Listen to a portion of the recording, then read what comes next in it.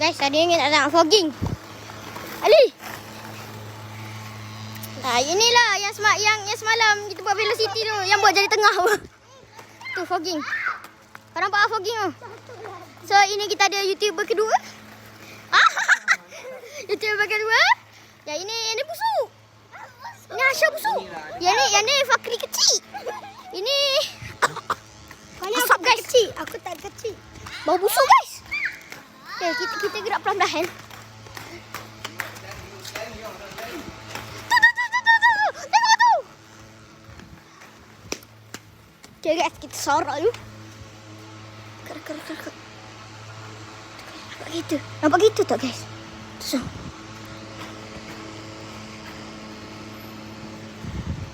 Itulah amarah fogging tu. Dia akan cakap, ada fogging. Sila tutup apa semua. Jom guys.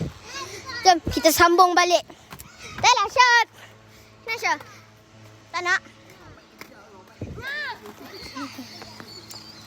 So kita nak ikut kat mana orang fogging tu. Jom korang. Jom ikut orang fogging tu, nak tak? Nak tak? Kita berdua. Nak ikut tak? Nak. Tengok aku buka wing kau. Aku buka wing kau.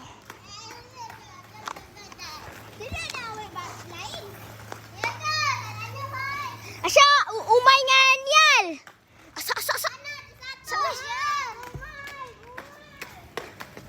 guys. Asap guys. Nampak asap tak guys? Weh, Asya cakap dia punya awet ada satu. Bapak ada. Guys, panas guys. Ni tengah rokok Inilah. Jadi tak kenal. Ada berapa YouTube? Kau ada berapa subscribe? 10. Aku ada 17. Guys, tolong subscribe ya. Ini pemengaruh. Ini pengaruh supaya jadi jahat. Inilah. Korang. Subscribe dia. Nak buat. Okey. Subscribe saya ya. Kasih dong. Subscribe saya. Jangan subscribe.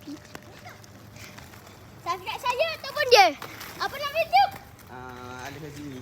Alif Fazimi. Nama nak apa lagi kan kita akan buat video Roblox ya. Video dalam Roblox. Jadi korang nantikan saja ya. Dekat video akan datang.